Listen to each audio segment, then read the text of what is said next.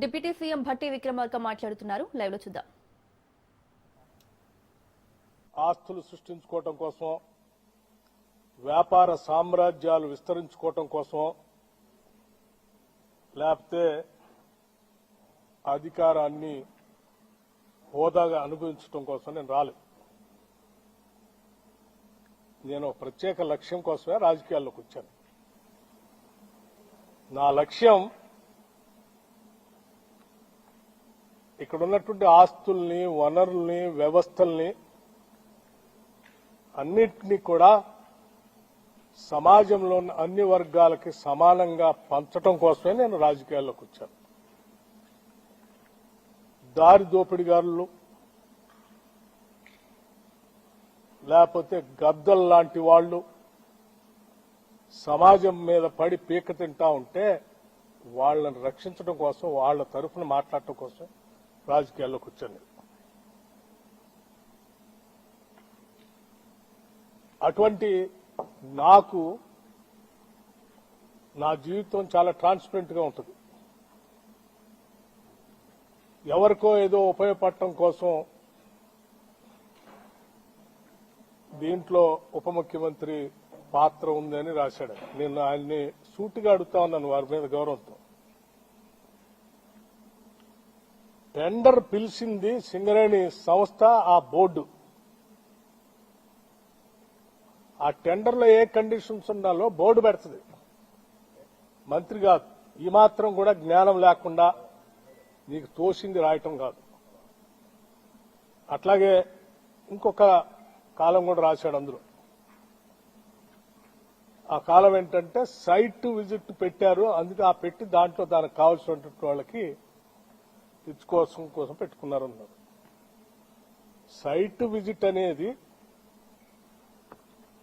నాకు తెలియదు, ఇది రాసిన తర్వాత నేను ఎంక్వైరీ చేశాను.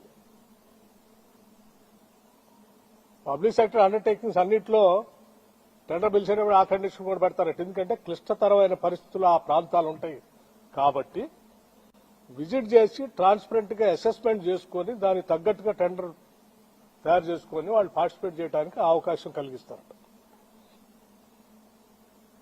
చాలా public sector undertaking, government of India సంబంధించిన పబ్లిక్ సెక్టర్ అండర్టేకింగ్స్ అన్నింటిలో కూడా ఇటువంటి కండిషన్స్ ఉన్నాయి. అయినా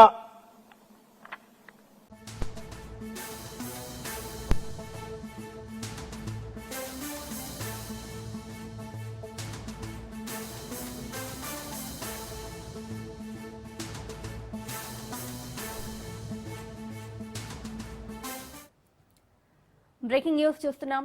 నేడు ఖమ్మం జిల్లాలో సీఎం రేవంత్ పర్యటించనున్నారు. పాలేరు నియోజకవర్గంలోని 362 కోట్ల విలువైన పలు అభివృద్ధి పనులకు శ్రీకారం చుట్టనున్నారు. అనంతరం మద్దులపల్లిలో ఉమ్మడి ఖమ్మం జిల్లా నేతలతో సమావేశం నిర్వహించనున్నారు. మున్సిపల్ ఎన్నికలపై దిశానిర్దేశం చేయనున్నారు.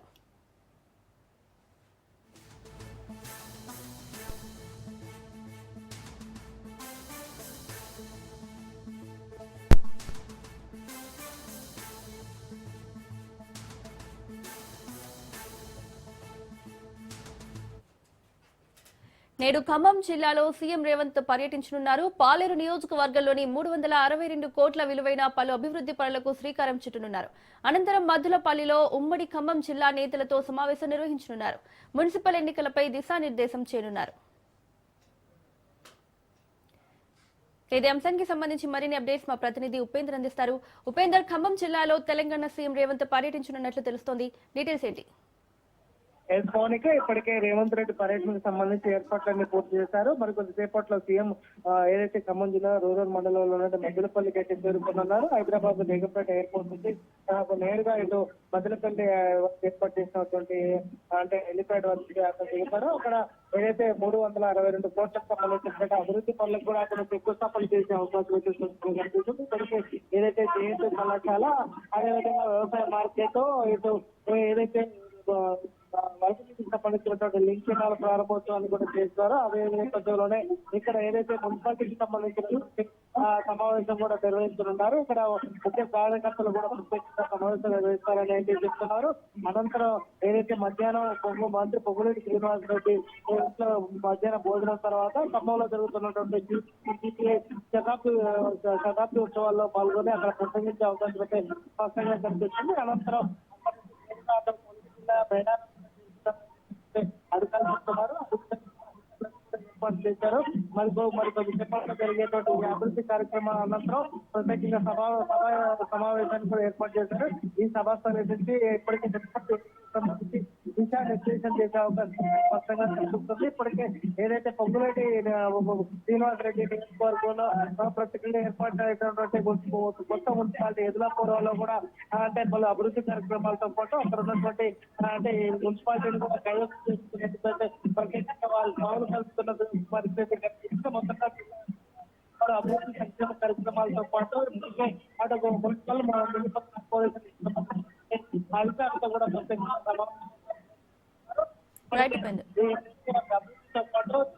అభివృద్ధి కోసం కూడా సమావేశం నిర్వహించే అవకాశం కనిపిస్తుంది. మరికొద్ది సేపట్లో మాత్రం ఇక్కడ సభకు మాత్రం రేవంత్ రెడ్డి చేరుకునే అవకాశం right Upendra, thank you.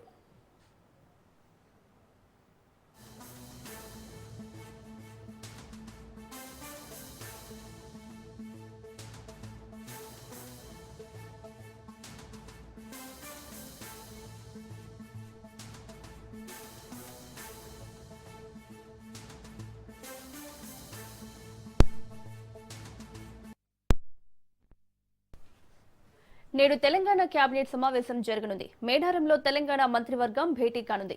Medaram హరిత హోటల్లో సాయంత్రం 5 గంటలకు సమావేశం జరగనుంది. సచివాలయం బయట తొలిసారి కేబినెట్ భేటీ జరుగుతోంది. మేడారం మాస్టర్ ప్లాన్ పై కేబినెట్ చర్చించనుంది. ఎంపీటీసీ, జెడ్పీటీసీ, మున్సిపల్ ఎన్నికలు, రిజర్వేషన్లు, జిల్లాల పునర్విభజనతో పాటు ప్రాజెక్టులపై కేబినెట్ సమావేశంలో చర్చ జరగనుంది.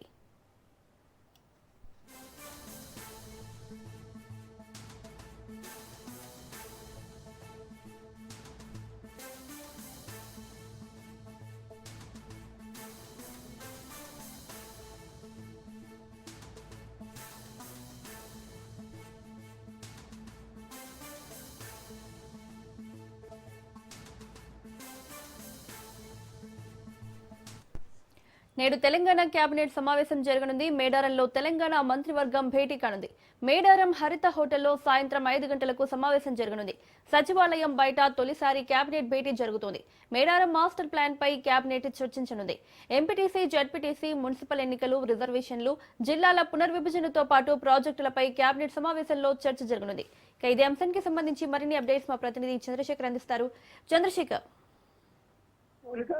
ఈ రోజు సాయంత్రం 5 గంటలకు మేడారంలో తెలంగాణ కేబినెట్ సమావేశం జరగనుంది. తెలంగాణ కేబినెట్ సమావేశం నేపథ్యంలో ఇటు ముఖ్యమంత్రి, మంత్రులతో పాటు ఇటు తెలంగాణ రాష్ట్ర డీజీపీ, సిఎస్ తో పాటు అన్ని శాఖలకు సంబంధించిన అధికారులంతా కూడా ఈ రోజు మేడారం రానున్నారు. మేడారంలో ఒక పక్క ఆదివారం కావడంతో భక్తులు భారీగా వస్తున్నారు. మరో పక్క తెలంగాణ కేబినెట్ భేటీ కానున్న నేపథ్యంలో మొత్తం కూడా అధికార యంత్రాంగం అన్ని ఏర్పాటు చేసింది. ముఖ్యంగా హరిత హోటల్లో తెలంగాణ కేబినెట్ మీటింగ్ నిర్వహించిన నేపథ్యంలో హరిత హోటల్లో తెలంగాణ కేబినెట్ నిర్వహించడానికి కావాల్సిన అన్ని ఏర్పాటు చేయడమే కాదు, ఇటు వచ్చిన మంత్రులు, అధికారులు బస చేయడానికి కూడా అన్ని ఏర్పాట్లు చేశారు. 5 గంటల నుంచి 6 వరకు తెలంగాణ కేబినెట్ నిర్వహించనున్నారు. తెలంగాణ కేబినెట్ లో పలు రకాల కీలక నిర్ణయాలు కూడా తీసుకునే దిశగా ముందుకు వెళ్తున్నారు. ముఖ్యంగా ఈ యొక్క ఏదైతే తెలంగాణ మనం మేడారం మాస్టర్ ప్లాన్ సంబంధించి అభివృద్ధి పనుల గురించి కూడా కీలక నిర్ణయాలు తీసుకున్నారు. ఇప్పటికే 251 కోట్లతో మేడారం అభివృద్ధి పనులు చేస్తున్న పరిస్థితి. ఈ నేపథ్యంలోనే అభివృద్ధి పనులపై చర్చించనున్నారు. మరోపక్క ఇటు మున్సిపల్, జెడ్పీటీసీ, ఎంపీటీసీలకు సంబంధించిన రిజర్వేషన్లపై చర్చించనున్నారు. రిజర్వేషన్ల ఖరారు విషయంలో కూడా ఒక నిర్ణయానికి వచ్చే అవకాశం ఉంది. అంతేకాదు ఇటు జిల్లాల పునర్విభజన, గత ప్రభుత్వం చేసిన పునర్విభజనలో మొత్తం జిల్లాలన్నీ అస్తవ్యస్తంగా విభజించడంతో గత ప్రభుత్వాలు వాళ్ళ రాజకీయ స్వలాభం కోసం జిల్లాలను జరిగింది. ఈ నేపథ్యంలోనే తిరిగి జిల్లాలను పునర్విభజన ద్వారా పునరాలోచించుకొని మరి ఒకసారి మార్పులు చేయాలని అందుకు రిటైర్డ్ జడ్జితో పాటు రిటైర్డ్ అధికారులతో ఒక కమిటీ వేసి ఆ కమిటీ ద్వారా మరొకసారి పునర్విభజనపై ముందుకు వెళ్లాలని నిర్ణయించుకునే దిశగా కూడా ఈరోజు తెలంగాణ మంత్రుల క్యాబినెట్ మీటింగ్ లో పలు అంశాలపై నిర్ణయాలు తీసుకునే అవకాశం ఉంది. అంతేకాదు ఇటు కృష్ణా గోదావరి జిల్లాలకు సంబంధించిన విషయంలో కానీ ఇటు ఇప్పటికే మన ఏపీ ప్రభుత్వంతో ఉన్న కొన్ని మిగులు జిల్లాల వాడకాల విషయంలో ఉన్న అభ్యంతరాలపై ఇరు ప్రభుత్వాలు ఏ విధంగా ముందుకు వెళ్ళాలి, సమస్య పరిష్కారం దిశగా వెళ్తే సమస్యలు ఇరు ప్రభుత్వాలు కూడా ఒక సౌహృదయ వాతావరణంలో చర్చించుకోవాలనే దిశగా ఎట్లా వెళ్తే బాగుంటుంది అనేది కూడా ఒక చర్చ ఈరోజు తెలంగాణ మంత్రివర్గ సమావేశంలో జరగనుంది. అంతేకాదు ఇటు కొన్ని ప్రాజెక్టులు పెండింగ్ ప్రాజెక్టుల విషయం, ఆ ప్రాజెక్టులకు కేంద్ర ప్రభుత్వం నుంచి అనుమతుల విషయంలో కూడా ఎలా నిర్ణయాలు తీసుకోవాలని ముందుకు వెళ్లే విధంగా ప్రణాళికలు చేసుకుంటున్న పరిస్థితి. అంతేకాదు ఏదైతే కాళేశ్వరం ప్రాజెక్టు గతంలో 3 పిల్లర్లు కుంగిపోయినాయి, దానివల్ల తిరిగి ఆ యొక్క ప్రాజెక్ట్ ని పునర్నిర్మించడానికి ఏ విధంగా ముందుకు వెళ్ళాలనే వాటిపైన కూడా ఈరోజు తెలంగాణ మంత్రివర్గం ఈ యొక్క సమావేశంలో నిర్ణయాలు తీసుకునే అవకాశం ఉంది. ఈ నేపథ్యంలో మొత్తం తెలంగాణ మంత్రివర్గంతో పాటు వస్తున్న అధికారులందరికీ బస ఏర్పాట్లు అయితే మొత్తం ఇటు మన మేడారంలోని హరిత హోటల్లో ఏర్పాట్లు చేయడం జరిగింది. అంతేకాదు ఒక పక్క ఇటు ఛత్తీస్గఢ్ తెలంగాణ సరిహద్దు ప్రాంతం దట్టమైన అడవి ప్రాంతం కావడంతో ఎటువంటి అవాంఛనీయ సంఘటనలు ముందస్తు జాగ్రత్తగా శాంతి భద్రతలు విఘాతం కలగకుండా అధికార యంత్రాంగం అన్ని ఏర్పాట్లు చేసింది. అంతేకాదు భారీగా భక్తులు వస్తున్నారు. ఒక పక్క ఇటు మంత్రులు వచ్చే అవకాశం ఉంది, అధికారులు వచ్చే అవకాశం ఉంది. ఆదివారం కావడంతో భారీగా ముందస్తు మొక్కులు చెల్లించుకోవడానికి మేడారం భక్తులు వస్తున్న నేపథ్యంలో ఎక్కడ కూడా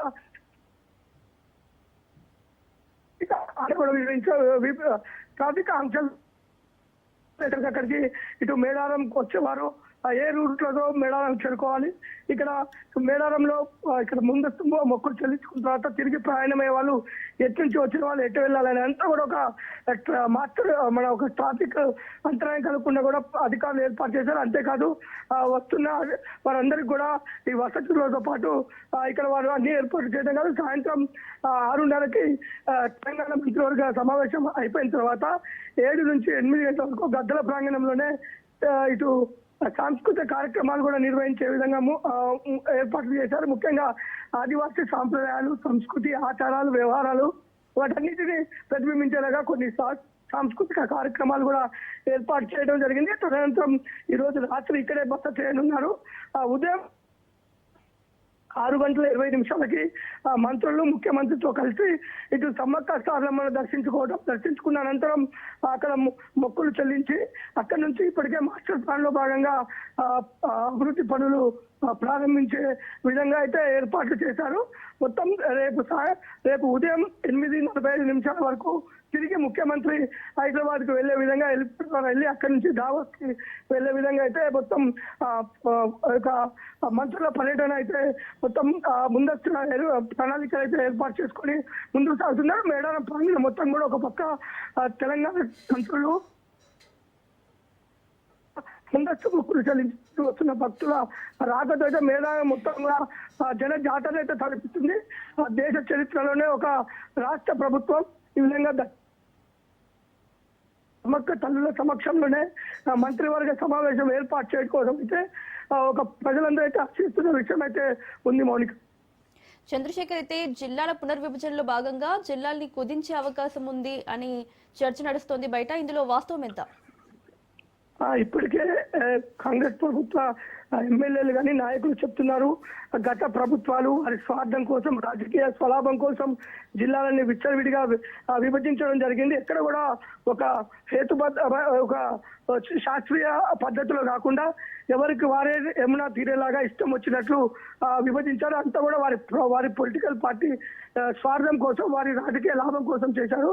కానీ ఇప్పుడు దానివల్ల ప్రజలు చాలా ఇబ్బందులు పడుతున్నారు. ఒక నియోజకవర్గంలో ఉన్న మండలాలు ఇంకో విషయంలో ఇంకో జిల్లాలో ఇంకొక జిల్లాలో వేరే నియోజకవర్గంలో సంబంధించిన పరిధిలో కొన్ని మండలాలు ఉంటాయి. దాంతో కొంత ప్రజలు వ్యక్తమవుతున్నారు. కొంత ఇబ్బందులు పడుతున్న నేపథ్యంలో తిరిగి ఆ జిల్లాలను మళ్ళీ పునర్విభజించాలి, ఆ ప్రజలకు ఎలాంటి ఇబ్బందులు కలగకుండా ఉండే విధంగా నిర్ణయం తీసుకోవాలి. ముఖ్యంగా మనం ఇటు ఉమ్మడి వరంగల్లో చూసుకుంటే హన్మకొండ, వరంగల్ 2 జిల్లాలు విభజించడం వల్ల చాలా మనకి ఇబ్బందులు ఉన్నాయి. ప్రజలు చాలా ఇబ్బంది పడుతున్నారు. కాబట్టి దాని రెండింటి కూడా ఒకే జిల్లాగా చేయాలని ఒక డిమాండ్ అయితే ఇప్పుడు ప్రజల నుంచి ఉంది. ఈ విధంగా ప్రజల కోరిక మేరకే జిల్లాల పునర్విభజన చేయాలని ప్రభుత్వం ముందుకు వెళ్తుంది. ఈ నేపథ్యంలో కొంత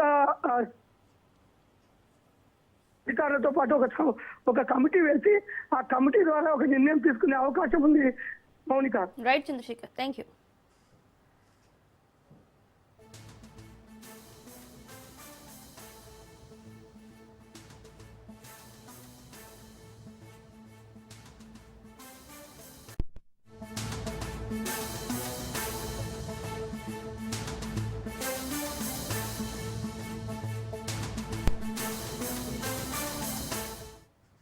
బ్రేకింగ్ న్యూస్ చూస్తున్నాం. ఇవాళ ఏపీ సీఎం చంద్రబాబు దావోస్ కు వెళ్లనున్నారు. 4 రోజుల పర్యటనలో 36 కార్యక్రమాల్లో పాల్గొనున్నారు. దేశ విదేశాలకు చెందిన పారిశ్రామిక దిగ్గజాలతో ఏపీ సీఎం చంద్రబాబు సమావేశాలు నిర్వహించనున్నారు. ముఖాముఖితో పాటు ప్యానెల్ డిస్కషన్స్ జరపనున్నారు. ఏపీకి కొత్త పెట్టుబడులు, పరిశ్రమలపై చర్చించనున్నారు.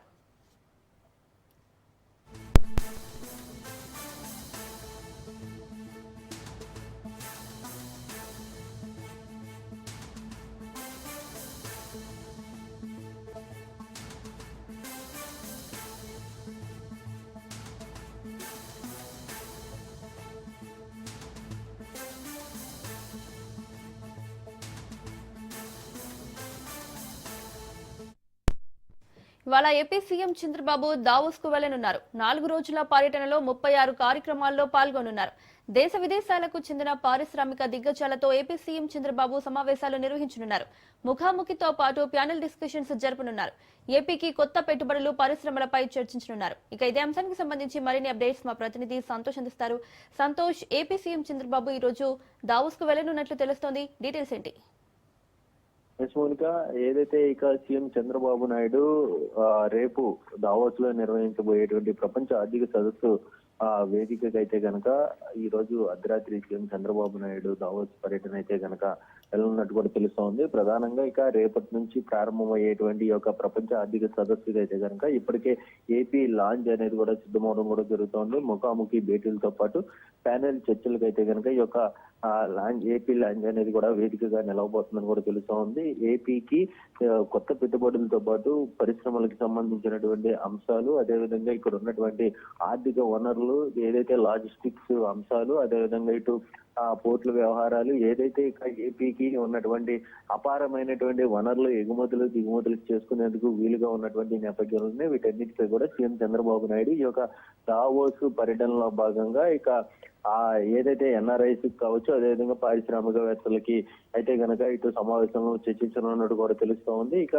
ప్రధానంగా IBM, Google cloud, AP molar mark సంస్థలకు సంబంధించినటువంటి CEOలతో కూడా సీఎం చంద్రబాబు నాయుడు కీలక భేటీ అనేది కూడా నిర్వహించనున్నట్టు కూడా తెలుస్తోంది. ఏపీకి సంబంధించినటువంటి అంశాలు సుదీర్ఘంగా అంటే ఇప్పటికే అమరావతి రాజధానిలో క్వాంటమ్ కంప్యూటింగ్ అనేది కూడా శరవేగంగా ప్రపంచంలో ఎక్కడా లేని విధంగా కూడా ఇక తీసుకొస్తున్నటువంటి నేపథ్యం. అదేవిధంగా విశాఖపట్నంలో చూసుకున్నట్లయితే కనుక గూగుల్ డేటా సెంటర్, ఇటువంటి కీలకమైనటువంటి అంశాలతో పాటు ఏదైతే కాకినాడ తూర్పు గోదావరి జిల్లా ఇటీవలే అమోనియా ప్రాజెక్ట్ అనేది కూడా శంకుస్థాపన చేసినటువంటి నేపథ్యంలోనే ఇటు వీటన్నిటికి కూడా ఎగుమతులు దిగుమతులు కావచ్చు, అదేవిధంగా ప్రపంచ దేశాలన్నీ కూడా ఇటువంటి సెంటర్స్ అనేది కూడా ఇటువంటి ప్రాజెక్టులు అనేది కూడా వినియోగించుకుంటున్నటువంటి నేపథ్యంలోనే ఇక్కడ ఉన్నటువంటి అంశాలపై కూడా సుదీర్ఘంగా సీఎం చంద్రబాబు నాయుడు చర్చించనున్నట్టు కూడా తెలుస్తుంది. దీనికి సంబంధించి స్విట్జర్లాండ్, UAE సహా పలు దేశాల ప్రతినిధులతో అయితే కనుక సీఎం చంద్రబాబు నాయుడు సమావేశాలు అనేవి కూడా నిర్వహించనున్నట్టు కూడా తెలుస్తోంది. తొలి రోజు చూసుకున్నట్లయితే కనుక రేపు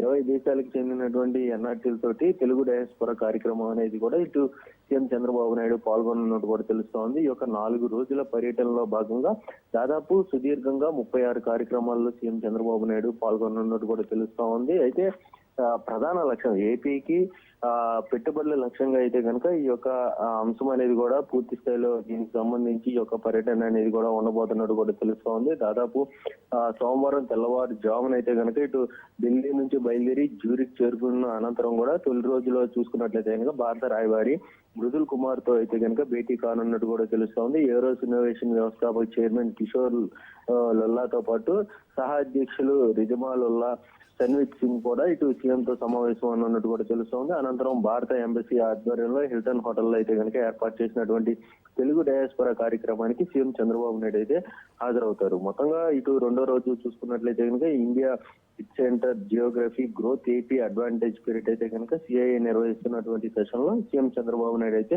పాల్గొన్నట్టు కూడా తెలుస్తుంది. ఇలా వరుసగా 4 రోజుల షెడ్యూల్ కూడా దాదాపు 36 కార్యక్రమాలతో అయితే కనుక సీఎం చంద్రబాబు నాయుడు బిజీగా ఏపీకి పెట్టుబడుల లక్ష్యంతో అయితే కనుక అడుగులు వేస్తున్నటువంటి పరిస్థితులు అయితే కనుక నెలకొన్నాయని తెలుస్తా ఉంది. దీంతో పాటు సీఎం చంద్రబాబు నాయుడు తోటి మంత్రి నారా లోకేష్ ఉన్నతాధికారులు అయితే కనుక ఈ యొక్క దావోస్ పర్యటనలో వెళ్ళనున్నట్టు కూడా తెలుస్తా ఉంది. Monika. Right Santosh, thank you.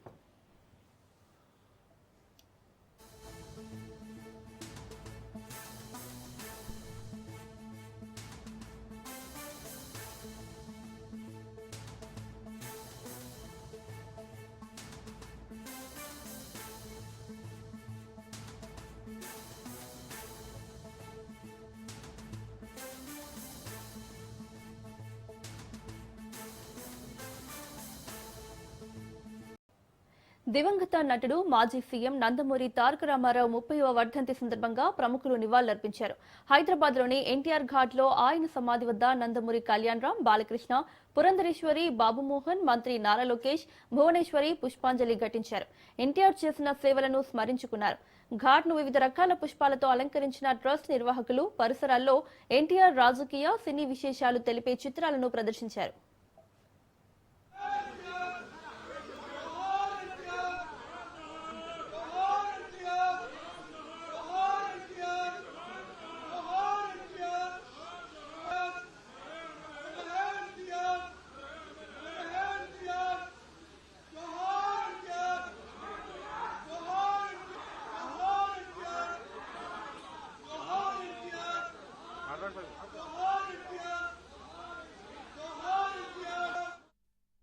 Sankranti సెలవులు ముగిశాయి. సంక్రాంతికి దాదాపు వారం రోజుల సెలవులు ఉండడంతో పట్టణవాసులు పల్లెకు వెళ్లారు. సెలవులు ముగియడంతో హైదరాబాద్ కు తిరుగు పయనమయ్యారు. దీంతో రోడ్లన్నీ వాహనాలతో రద్దీగా మారాయి. అటు విజయవాడ, హైదరాబాద్, ఇటు నల్గొండ టోల్ ప్లాజా వద్ద వాహనాల రద్దీ మరింత పెరిగింది. దీంతో ట్రాఫిక్ పోలీసులు డ్రోన్లతో పర్యవేక్షిస్తున్నారు. ప్రయాణికులతో బస్సులు, ట్రైన్స్ కిక్కిరిసిపోతున్నాయి. రద్దీ దృష్ట్యా విజయవాడ స్టేషన్ లో భద్రతా ఏర్పాట్లు చేశారు. హైదరాబాద్ కు 80 స్పెషల్ బస్సులను వేశారు ఏపీఎస్ఆర్టీసీ అధికారులు.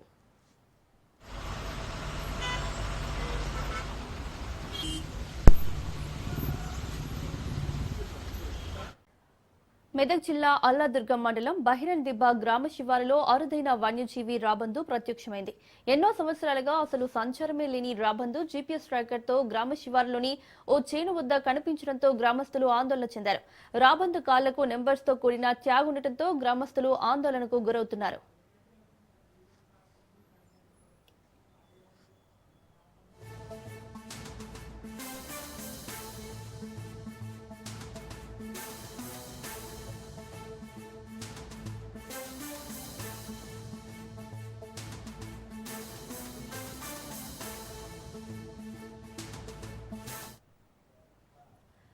గ్రామస్తులు ఫారెస్ట్ ఆఫీసర్ కి సమాచారం ఇవ్వడంతో గ్రామానికి వచ్చిన ఎఫ్ఆర్ఓ వికాస్ రాబందు ఉన్న ప్రదేశాన్ని పరిశీలించి వివరాలు అడిగి తెలుసుకున్నారు. దేశంలో రాబందులు అంతరించిపోవడంతో వాటిని కాపాడేందుకు మహారాష్ట్ర ప్రభుత్వం జీపీఎస్ ను వాటి కాళ్లకు ట్యాగ్స్ అతికించి వాటిని వదిలేశారు. ఏదేమైనా అరుదైన పక్షిని చూసి జనాలు అవాక్కయ్యారు.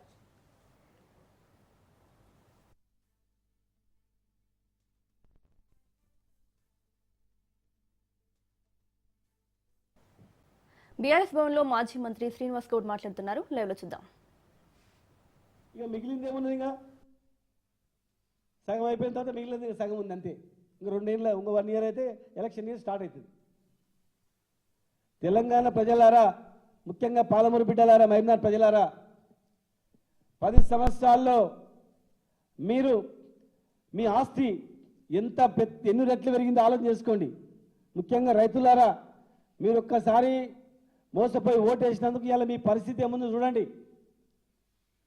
యూరియా పిండి దొరుకుతలేదు పైసలు పెడితే.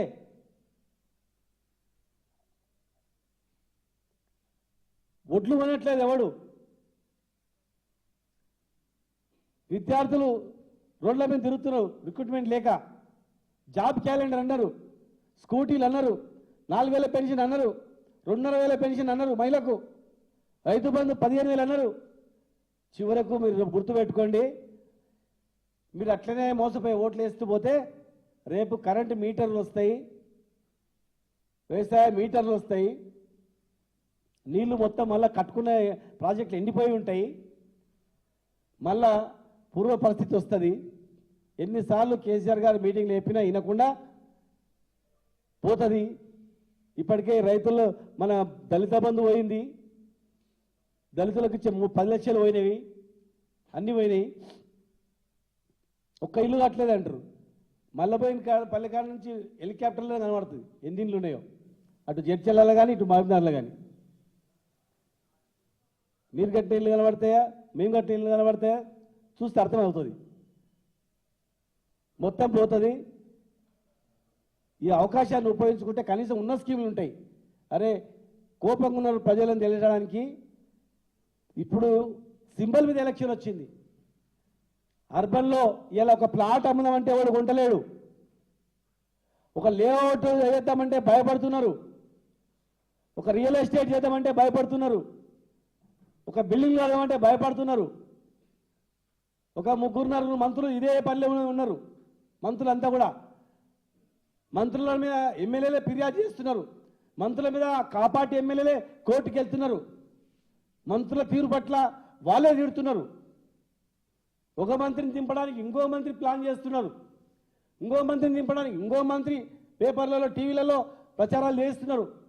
సభ్య సమాజం తలదించుకునే రీతిలో మంత్రుల మధ్యలో పోటీతనంతో కాంట్రాక్టర్ల దగ్గర కకృతులు పడి పైసల దగ్గర పంచాయతీ వచ్చి ఒకరి మీద ఒకరిని దిగదర్చడానికి ఐఏఎస్లను మహిళలను కూడా చూడకుండా అందరు లాగుతున్నారు. అందులో ఇలా ఈ ప్రభుత్వం తీరు చూసి దేశంలో ఉన్న ఐఏఎస్ ఆఫీసర్లు అరే ఆ మహిళలు పనిచేయాలంటే భయపడుతున్నారు. తెలంగాణ ఇజ్జత్ పోతుంది. తెలంగాణ రావాలంటే ఒకప్పుడు పోటీ పడుతుంది. ఇలా తెలంగాణలో పనిచేయాలంటే మహిళా ఆఫీసర్లు భయపడుతున్నారు. వ్యక్తిగతంగా వాళ్ళను మంత్రుల మధ్యలో పంచాయతీలు లాగుతున్నారు. ఒక పేపర్ ఇవాళ రాసిండ్రు, మంత్రుల మధ్యలో కాంట్రాక్టర్ల గురించి కక్కుర్తి వాడి ఇవన్నీ పనులు చేస్తున్నారు. అంటే వాళ్ళు పైసల గురించి, కాంట్రాక్టర్ గురించి, భూముల గురించి, డబ్బు గురించి ఏమిటికైనా దిగజారి ఇలా తెలంగాణ పరువు మొత్తం తీస్తున్నాం. మాకు ఎందుకు బాగా అనిపిస్తుందంటే మేము తెలంగాణ గురించి జైళ్ళలో పోయినాం, కొట్లాడినాం, తెలంగాణ తెచ్చుకున్నాం. కేసీఆర్ గారి నాయకత్వంలో తెలంగాణ 10 ఏళ్ళు బాగు చేసుకున్నాం. జిల్లాలో ఒక స్థాయికి తీసుకెళ్ళినాం. 14 లక్షల మంది వలసపోయిన జిల్లాలో మళ్ళీ బతకడానికి మైనార్కి వచ్చి బతకాలంటే చేసినాం మేము. ఇలా మీ హయాంలో మీరు చేయండి. వ్యక్తిగతంగా దూషణలతో ఈ రాష్ట్రాన్ని బాగు చేయలేరు. సమయం ఇంకా చాలా దగ్గర ఉంది. ప్రజలు కూడా చివరిగా చెప్తున్న ప్రజలు అర్బన్లో ఉన్నటువంటి వాళ్ళు మళ్ళీ మీరు ఇట్లా పొరపాటు చేసి చైర్మన్లో మేయర్లో కాంగ్రెస్ పార్టీకి కైవసం చేస్తే 2 పార్టీలు కుమ్ముకైనాయి. ఇప్పుడు 2 పార్టీలు కుమ్ముకై ప్రశ్నించే గొంతును పిసకాలరా, ప్రశ్నించేటోడు రాష్ట్రంలో దేశంలో కేసీఆర్ ఒక్కడే, ఈ గొంతు పిసితే మళ్ళీ అడిగేటోడే లేడు అనేటువంటి రీతిలో వాళ్ళు మ్యాచ్ ఫిక్సింగ్తో పకడ్బందీగా చేస్తున్నారు. కనుక దీన్ని మీరు గమనించి ఆలోచన చేయాలి. ఖచ్చితంగా